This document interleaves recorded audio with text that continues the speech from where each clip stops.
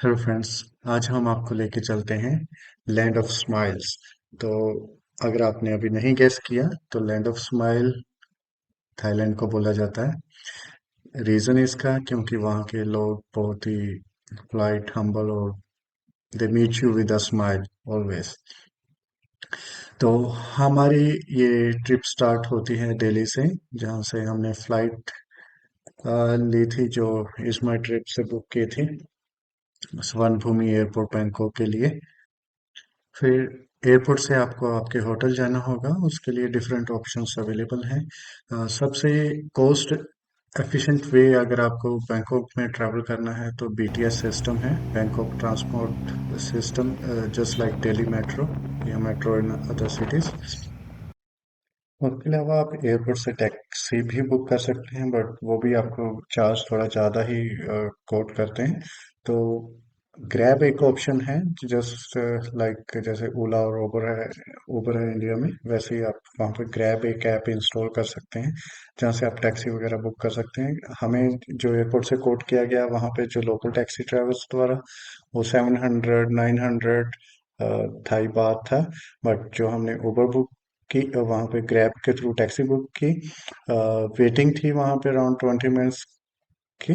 But उन्होंने हमसे around 450 के करीब टोटल चार्ज लिया। तो काफ़ी कॉस्ट एफिशिएंट रहा कंपेयर टू वहाँ पे अगर लोकल डायरेक्ट टैक्सी आप करते हैं उसके कंपेयर।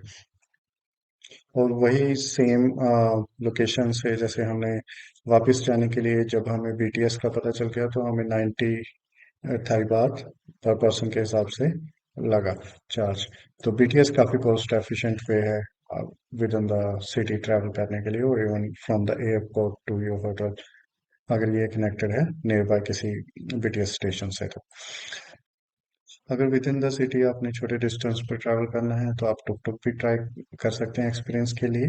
बट वो जनरली कई बार आपको ज़्यादा प्राइस कोट करते हैं, क्योंकि वो जान जाते हैं कि आप टूरिस्ट हैं और वो आपसे ज़्यादा पैसे ले सकते हैं। तो उसके लिए आपको सावधान रहना है।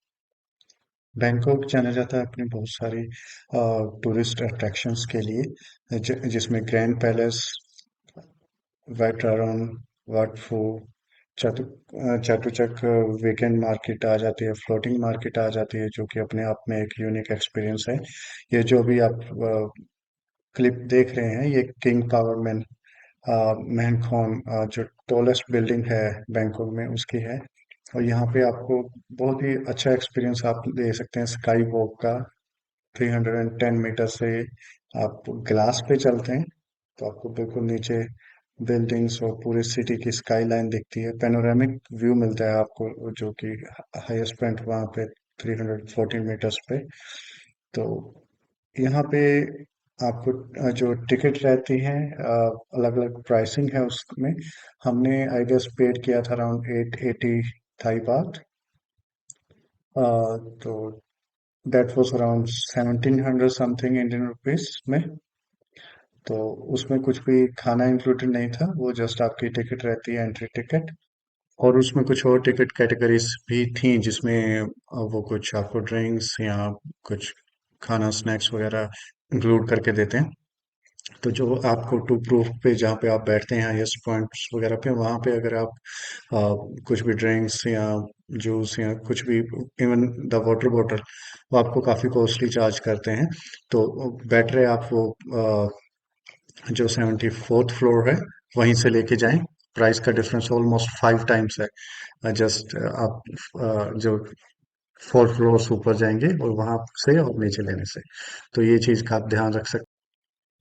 दिस किंग पावर महनकॉन जो हाईएस्ट बिल्डिंग है, इसमें आप बीटीएस के थ्रू बहुत ही क्लोजली कनेक्टेड है। आपकी डायरेक्ट एंट्री होती है इसके फूड कोर्ट, अगर एग्जिट 3 लेते हैं आप इसमें बीटीएस में, अपने चोंग नॉन्सी टर्मिनल से एग्जिट 3 से आप डायरेक्ट इसके फूड कोर्ट में एंट्री करते हैं। वहां से आप ऐसा कर सकते हैं अपना लंच वगैरह करके। लास्ट एंट्री आई थिंक 3:30 या 4 PM तक रहती है, तो आप उसमें एंट्री ले सकते हैं। उसके बाद आप अपनी इवनिंग एक पूरी वहाँ पे बैठ के, डीजे का अच्छा रहता है वहाँ पे अरेंजमेंट, तो आप इंजॉय कर सकते हैं। बहुत ही अच्छा पार्टी का माहौल बना होता है। सनसेट और पूरी स्काई लाइन, वहाँ से आपको जो बैंकॉक की मेन रिवर है उसका व्यू मिलता है।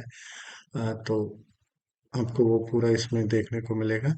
तो वो बहुत ही एक अच्छा आपके लिए, बच्चों के लिए, अगर बच्चे हैं साथ में, स्काई वॉक का बहुत ही अच्छा एक्सपीरियंस रहता है। थाईलैंड एक डेवलप्ड नेशन नहीं है, बट फिर भी जो ये बैंकॉक सिटी है आपको एक डेवलप्ड नेशन की झलक देगी, क्योंकि everything is very much organised.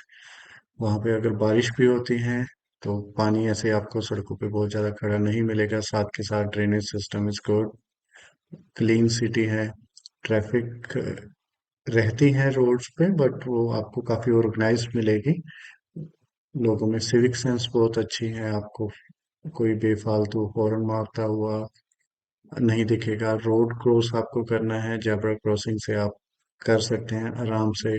आपको ऐसा नहीं है कि बहुत ज़्यादा वेट करना पड़ेगा या लोग गाड़ी नहीं रोकेंगे, तो ऐसा बिल्कुल नहीं है। तो ये चीज़, बहुत ही टूरिस्ट फ्रेंडली प्लेस है, तो ये चीज़ मुझे बहुत ही अच्छी लगी। शायद यही एक, ये भी एक बहुत बड़ा रीज़न है कि इंडिया में कॉस्ट ऑफ लिविंग कम होने के बावजूद और ज़्यादा प्लेसेस होने के बावजूद लोग थाईलैंड प्रेफर करते हैं। बहुत सारे अमेरिकन्स और यूरोपियंस फॉर द रिटायरमेंट, और वहाँ पे अगर हॉलीडेज के लिए। इसके अलावा अगर मैं खुद की बात करूँ तो Thai food is just awesome. वहाँ का जो आप रोड साइड पे कहीं पे भी स्टॉल से भी अगर आप फूड ट्राई करते हैं, तो अगर आप वेजिटेरियन हैं तो डेफिनेटली आपको दिक्कत होने वाली है, क्योंकि जो मोस्टली थाई फूड रहता है उसमें वेज की ऑप्शंस नहीं रहते इतनी। बट अगर आपको नॉनवेज से कोई इशू नहीं है तो वहाँ पे आपको बहुत सारी ऑप्शंस रहती हैं। वहाँ पे जो राइस और चिकन, जो हमें हमारे होटल के नियर बाय ही शॉप थी, वहाँ से हमने ट्राई किया। तो that was only around for 40 bath. तो आपको ये बहुत सारे स्टॉल्स मिल जाएंगे फूड के, राइस, चिकन और पोर्क, ये काफ़ी उसमें आपको आसानी से अवेलेबल हो जाता है। उसके अलावा अगर आपको बजट में ट्रैवल करना है और बजट में ही अपना खर्चा रखना है, तो 7-Eleven बहुत ही अच्छी ऑप्शन है। वहाँ पे आपको फूड भी मिल जाता है और आपको जो भी खाने पीने का सामान है वहाँ पे बहुत आसानी से और बहुत ही बजट में आपको अवेलेबल हो जाएगा। तो वो चीज़ आप ध्यान रख सकते हैं in case you are a budget traveller और आपको ज़्यादा खर्चा नहीं करना चाहते। बाकी आ जाती है कनेक्टिविटी की बात। तो जो सिम था हमें, वो हमें दिल्ली एयरपोर्ट से ही मिल गया था। वहाँ पे ही एक पर्सन सेल कर रहा था जिसमें 50 GB डेटा था, अराउंड 10 डेज की वैलिडिटी थी, अराउंड 1000 रुपीज़ में उन्होंने हमें ऑफर किया। अदरवाइज वो भी आप 7-Eleven से ले सकते हैं एयरपोर्ट्स पे। जैसे अगर आप थाईलैंड पहुंच के एयरपोर्ट से लेते हैं तो वो यूजली महंगा रहता है। वो बात रही आपका एक्सचेंज की। अगर आप इंडिविजुअल अकेले जा रहे हैं तो आपके पास 10,000 बात होने चाहिए। अदरवाइज आप अगर आपके साथ ग्रुप है या फैमिली के साथ हैं तो 20,000 बात होने चाहिए। तो यूजली जो इसका रेट चलता है 2.5 रुपीज इज इक्वल टू 1 बार। तो वो आप कहीं से भी, आप जब टिकट्स वगैरह बुक करते हैं तो किसी भी एक्सचेंज से इंडिया में आप ले सकते हैं।